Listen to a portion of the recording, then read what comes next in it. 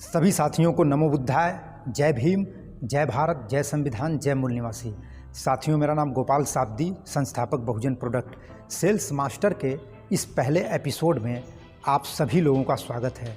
साथियों, आज हम बात करेंगे कि सेल्स सबसे ज़्यादा कैसे बढ़ाया जा सके।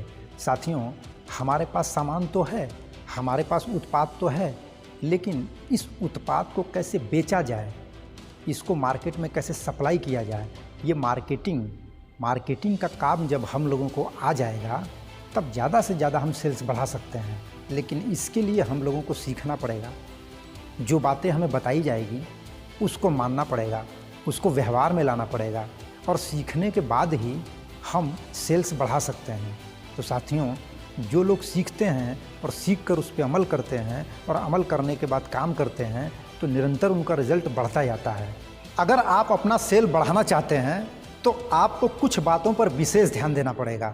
साथियों, सेल्स बढ़ाने के लिए जो सेल्स करने वाले लोग हैं उनके अंदर कुछ विशेष गुण होते हैं और ये गुण पैदाइशी नहीं होते हैं। इन सारे गुण को सीखना पड़ता है और जो सीखेगा वही आदमी अपने सेल्स को बढ़ा पाएगा, वही सेल्स की दुनिया का मास्टर हो पाएगा। तो साथियों, आप लोगों को सीखना पड़ेगा और जो लोग सेल्स को बढ़ाने वाले लोग हैं उनके अंदर जो योग्यताएं होती हैं उस योग्यता को, उस गुण को आपको अपने अंदर पैदा करना पड़ेगा।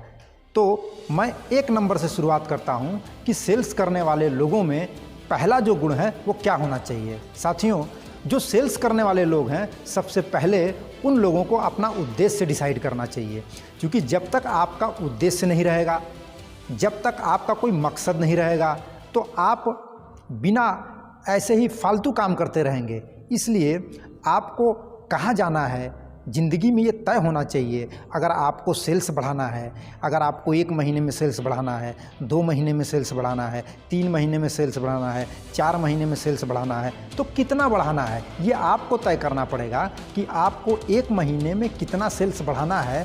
फिर उस सेल्स को बढ़ाने के लिए आपको काम करना पड़ेगा। इसलिए साथियों, ये छोटा छोटा जो लक्ष्य है ये भी आपको बनाना पड़ेगा। सबसे पहला जो पॉइंट है वो है उद्देश्य। आप इसे लिख सकते हैं, इसे लिखिए और लिखने के बाद इसे समझिए। मान लेते हैं कि मुझे दिल्ली जाना है और मैं रेलवे स्टेशन पर जाऊं और ट्रेन में बैठ जाऊं और किसी भी ट्रेन में बैठ जाऊं। मान लेते हैं कि मुझे पता नहीं है कि मुझे कहाँ जाना है। जब आपको पता होगा कि आपको दिल्ली जाना है तो आप दिल्ली का टिकट निकालेंगे, उसके बाद ट्रेन में बैठेंगे। आप उसी ट्रेन में बैठेंगे जो ट्रेन दिल्ली जा रही है, तभी आप दिल्ली पहुंचेंगे। मान लीजिए आप ऐसी ट्रेन में नहीं बैठेंगे जो ट्रेन कहीं और जा रही है, या ट्रेन में बैठने के बाद आप ये नहीं सोचेंगे कि मुझे कहाँ जाना है। तो ये पहले से ही डिसाइड होना चाहिए। इसलिए अपने ज़िंदगी में अपना जो मकसद है, अपना जो उद्देश्य है, उसको डिसाइड करना चाहिए और उस मकसद को डिसाइड करने के बाद जान की बाजी लगा देना चाहिए ताकि वो मकसद पूरा हो। पूरी ईमानदारी के साथ, पूरे भरोसे के साथ उस मकसद को पूरा करने के लिए काम करना पड़ता है। इसलिए साथियों, आप लोगों को सबसे पहले अपना मकसद डिसाइड करना पड़ेगा। राजनीतिक क्षेत्र में, सामाजिक क्षेत्र में, धार्मिक क्षेत्र में और व्यापारिक क्षेत्र में, चारों क्षेत्र में काम होना जरूरी है। चारों क्षेत्र में जब काम होगा तब हमारे समाज को सफलता मिलेगी। साथियों, राजनीतिक क्षेत्र में वास्तविक समीक्षा हुई इसलिए राजनीतिक क्रांति हुई, सामाजिक क्षेत्र में वास्तविक समीक्षा हुई इसलिए सामाजिक क्रांति हुई, धार्मिक क्षेत्र में वास्तविक समीक्षा हुई इसलिए धार्मिक क्रांति हुई। लेकिन व्यापारिक क्षेत्र में वास्तविक समीक्षा नहीं हुई थी, जिसको बहुजन प्रोडक्ट के माध्यम से किया गया। पूरे भारत में व्यापारिक क्षेत्र में अर्थव्यवस्था को कैसे बढ़ावा दिया जाए, वास्तविक समीक्षा हुई और उस वास्तविक समीक्षा को करने के बाद पूरे भारत में अर्थव्यवस्था पर काम चल रहा है बहुजन प्रोडक्ट के माध्यम से। साथियों, बहुजन प्रोडक्ट का जो उद्देश्य है वो है कि अर्थव्यवस्था पे भी हमारे लोगों में समानता होनी चाहिए। भारत में जितने लोग हैं आर्थिक क्षेत्र में भी वो समान होने चाहिए। साथियों, हम लोगों को बोला जाता है कि इन लोगों को आरक्षण के वजह से नौकरी मिला है, आरक्षण की वजह से ये आगे बढ़ते हैं और किसी वजह से ये आगे नहीं बढ़ सकते हैं। तो साथियों, अगर आप लोगों ने अपना उद्देश्य डिसाइड कर लिया तो हम ये पूरी दुनिया को बता देंगे कि आरक्षण के अलावा अगर हम प्राइवेट सेक्टर में जाएंगे तो भी हम लोग डंका बजाएंगे, हम लोग सफल होंगे। इसलिए साथियों, आप लोगों का उद्देश्य होना बहुत ज़रूरी है। आप अपना एक उद्देश्य बनाइए और उस उद्देश्य को पूरा करने के लिए जान की बाजी लगाकर काम करना पड़ेगा। अगर आपने अपना उद्देश्य डिसाइड कर लिया, ये पहला गुण था। दूसरा गुण है उस उद्देश्य को पूरा करना। तो उस उद्देश्य को पूरा करने के लिए जो आपके अंदर दूसरा गुण है वो क्या होना चाहिए? वो पॉइंट है, या तो भिड़ जाओ या तो भाग जाओ। साथियों, दो चीज़ है जंग के मैदान में, दो चीज़ है, या तो भिड़ जाओ या तो भाग जाओ। अगर आपने काम करने का निर्णय किया, भिड़ने का निर्णय किया, आपने काम करने का निर्णय किया, तो आप जब काम करेंगे तो आपके सामने कुछ विपरीत परिस्थितियां खड़ी होगी, लेकिन आपको उस विपरीत परिस्थितियों से घबराना नहीं है, लोगों के विरोध से घबराना नहीं है। आप निरंतर अपने मकसद को पूरा करने के लिए चलते रहिए, चलते रहिए, चलते रहिए, संघर्ष करते रहिए। अपने महापुरुषों को याद करिए कि उन लोगों ने विपरीत परिस्थितियों का सामना करके इतना परिवर्तन किया। अगर वो हार मान गए होते तो क्या ये परिवर्तन होता? नहीं होता। इसलिए विपरीत परिस्थितियों का सामना करिए और विपरीत परिस्थितियों का सामना करके तभी आप अपने मकसद में कामयाब हो सकते हैं। अपने सेल्स को बढ़ाने के लिए जो आपके अंदर तीसरा गुण है वो क्या होना चाहिए? साथियों, तीसरे नंबर का जो पॉइंट है वो पॉइंट है जिद्दी बनो। अपने मकसद को पूरा करने के लिए, अपने उद्देश्य को पूरा करने के लिए आपको जिद ठानना पड़ेगा, आपको जिद्दी होना पड़ेगा, तभी आप अपने मकसद को पूरा कर सकते हैं। कुछ लोग कहेंगे नहीं हो सकता, कुछ लोग कहेंगे नहीं हो सकता, कुछ लोग कहेंगे नहीं हो सकता, लेकिन मैं कहता हूँ होगा, होगा, होगा, ज़रूर होगा। याद करिए, कांसीराम साहब से कुछ लोगों ने कहा कि बाबा साहब के नाम पर हम सरकार नहीं बना सकते हैं, बाबा साहब के नाम पर हम सरकार नहीं बना सकते हैं, लेकिन बना। हम लोगों ने परिवर्तन करके दिखाया, समाज ने परिवर्तन करके दिखाया। आज ये बहुजन प्रोडक्ट लॉन्च हुआ है, बहुत सारे लोग हम लोगों का सपोर्ट कर रहे हैं। कुछ ऐसे लोग हैं जो हम लोगों का विरोध भी कर रहे हैं और हम लोगों के ऊपर आरोप भी लगाएंगे। साथियों, इन सारी चीज़ों से आपको घबराना नहीं है। वो आपके काम को रोकना चाहते हैं, वो आपको काम को बंद करना चाहेंगे, लेकिन आपको हारना नहीं है, आपको मनोबल नीचे नहीं करना है। निरंतर आपको चलते रहना है, निरंतर आपको चलते रहना है। आपको जिद्दी बनना पड़ेगा। दुनिया उसी को सलाम करती है जो जिद्दी होते हैं।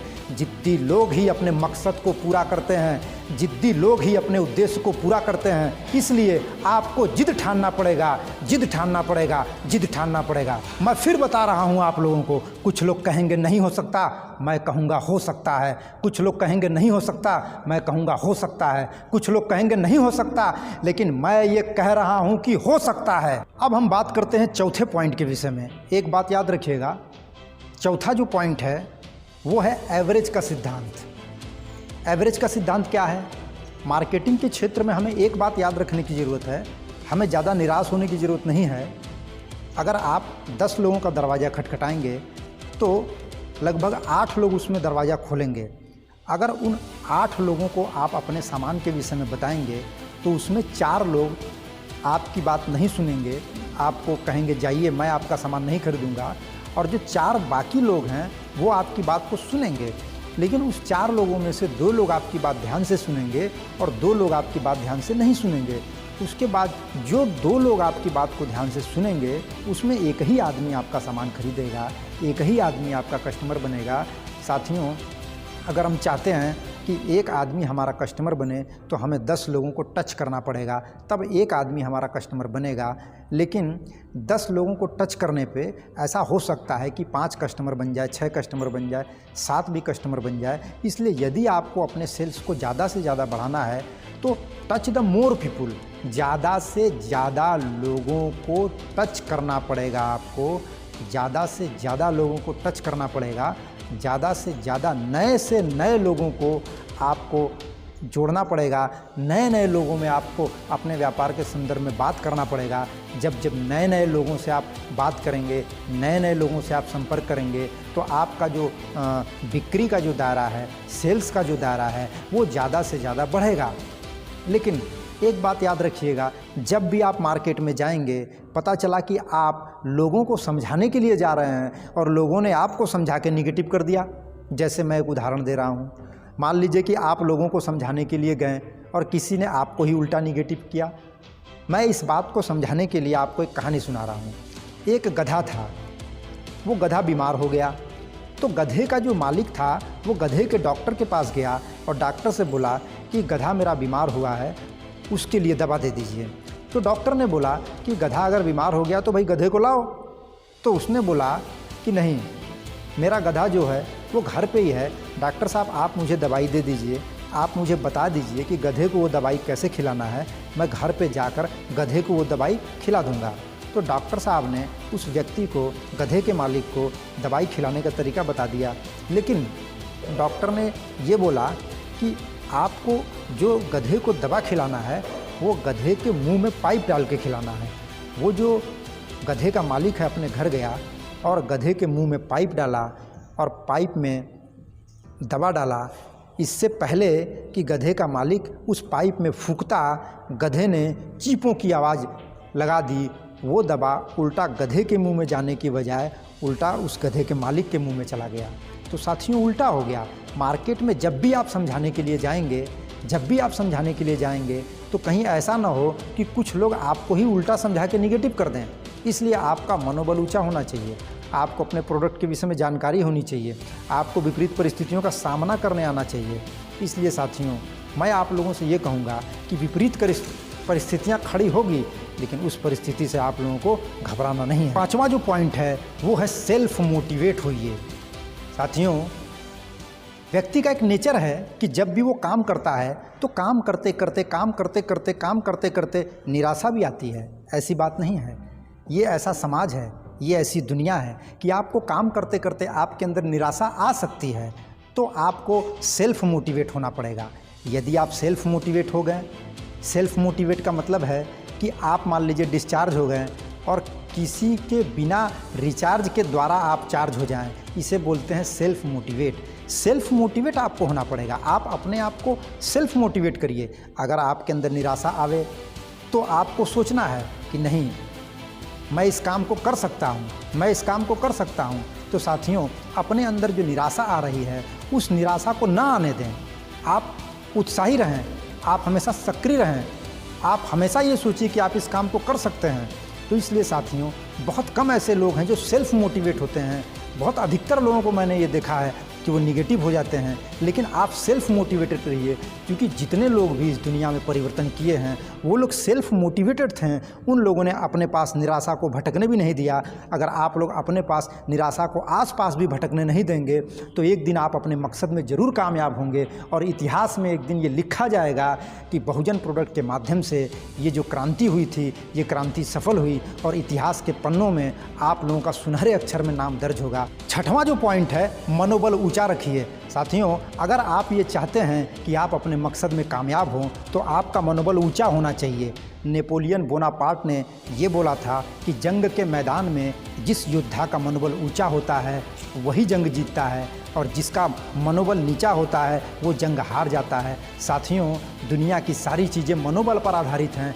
जब तक आपका मनोबल ऊंचा रहेगा आप काम करते रहेंगे और काम करने वाला आदमी ही सफल होता है, काम करने वाला आदमी ही परिवर्तन करता है। इसलिए आप लोगों को निगेटिव होने की ज़रूरत नहीं है, आप लोग अपना मनोबल ऊंचा रखिए। साथियों हमने आपको ये 6 पॉइंट बताए हैं पहले एपिसोड में, आज केवल इतना ही। साथियों ये 6 पॉइंट आप लोगों को सुनना है, समझना है, उस पर अमल करना है और केवल अमल ही नहीं करना है, काम करना है, काम ही नहीं करना है, अपने उद्देश्य को, अपने मकसद को पूरा करना है, कामयाब होना है। साथियों आज सेल्स मास्टर के इस पहले एपिसोड में बस इतना ही। आप लोगों ने मेरी बात को ध्यान से सुना, इसके लिए आप लोगों का विशेष रूप से आभार, धन्यवाद। नमो बुद्धाय। जय भीम, जय भारत, जय मूल निवासी, जय